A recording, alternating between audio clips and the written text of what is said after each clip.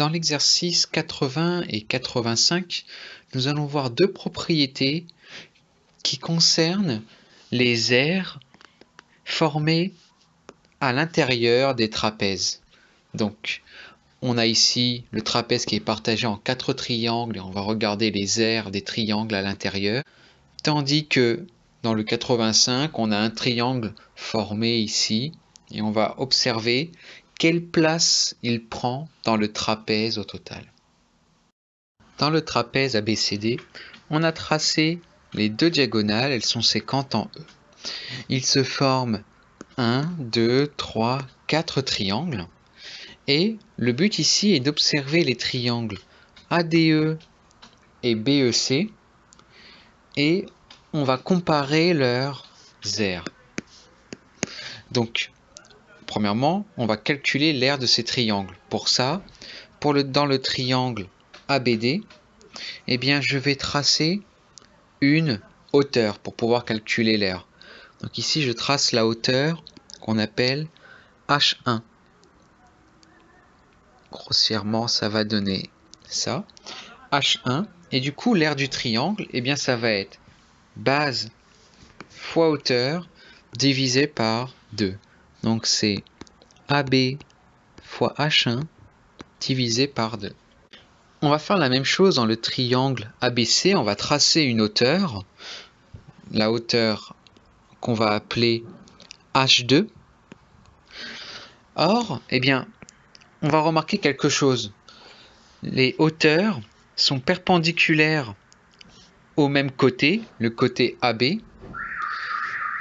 Elles sont donc parallèles. Et on a de plus que AB est parallèle à DC parce que c'est un trapèze. Donc, on a que les côtés opposés sont parallèles 2 à 2. Et en plus, on a deux angles droits consécutifs. Donc, ça signifie que la figure ici, c'est un rectangle. Et donc, que les côtés opposés, ils sont parallèles, mais en plus, ils vont avoir la même longueur. Et en fait, eh bien, la hauteur H2 qu'on vient de tracer, c'est égal à H1. Et donc, la formule pour calculer l'aire de notre triangle ABC, eh bien, c'est base, ici c'est AB, fois la hauteur H2, mais on a dit que H2 c'était pareil que H1 divisé par 2. Et on en conclut donc que, eh bien, les deux triangles, ils ont la même aire. Aire de ABD est égale à l'aire de ABC. Et on va pouvoir en conclure quelque chose. On a que l'aire de AEB plus AED, ça c'est notre triangle ABD. Ok. Eh bien, on a dit que c'était égal à l'aire du triangle ABC. Le triangle ABC, c'est, si je change de couleur, AEB plus CEB. Et ici, dans notre équation, on peut simplifier. On se retrouve donc avec AED est égal à CEB. L'aire de AED est égale à l'aire de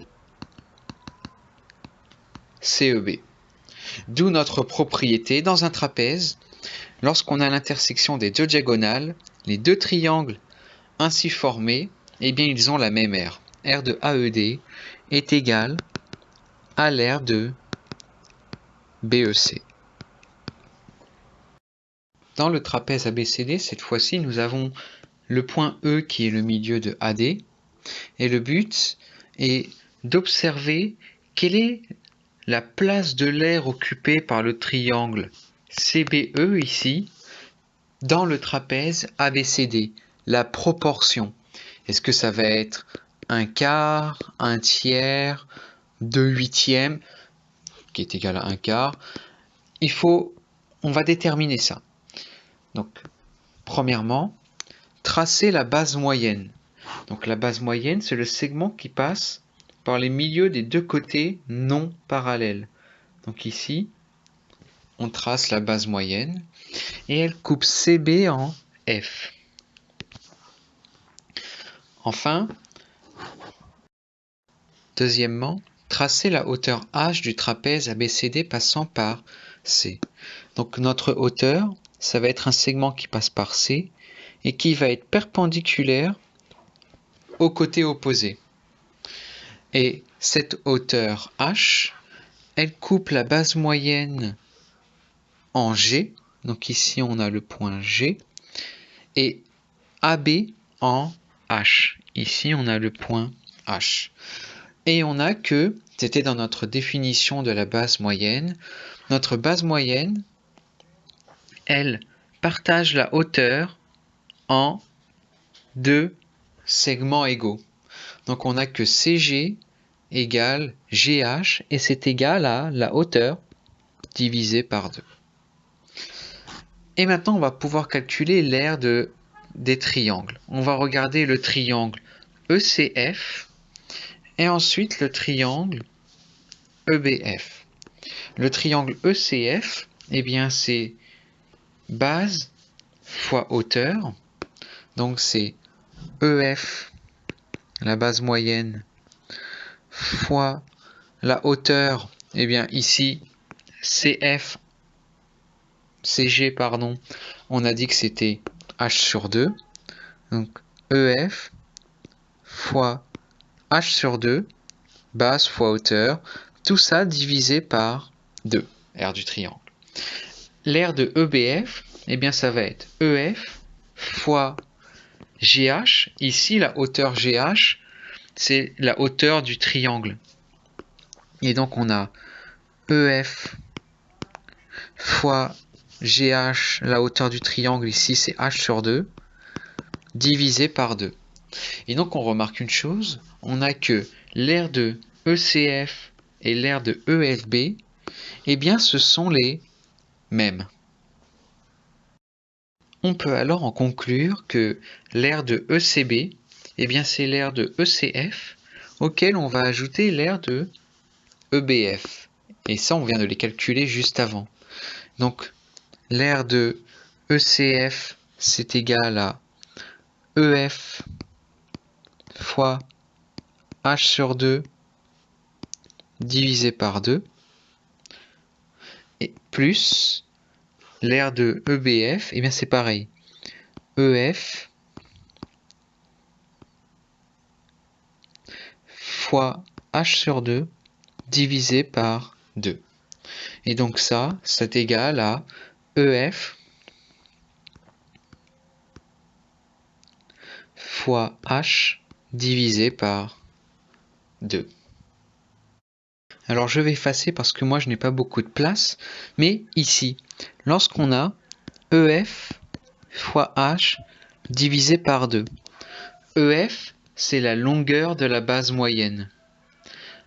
Or, calculer la base moyenne, ça on sait faire. EF c'est égal à AB plus DC, AB plus DC divisé par 2. Ça c'est notre EF, fois H divisé par 2. Et donc, on retrouve quelque chose. Ce qu'on a ici, au-dessus, eh bien ça, c'est la formule pour calculer l'aire du trapèze ABCD. Aire de ABCD. Et du coup, eh bien, on a que ça, c'est égal à R de ABCD divisé par 2. Conclusion, on parlait de proportion. Eh bien, on a que l'aire occupée en jaune ici, eh bien, c'est l'aire du trapèze divisé par 2. En fait, l'aire jaune, c'est égal à la moitié de l'aire du trapèze. D'où notre formule, R de ECB, c'est égal à R de ABCD divisé par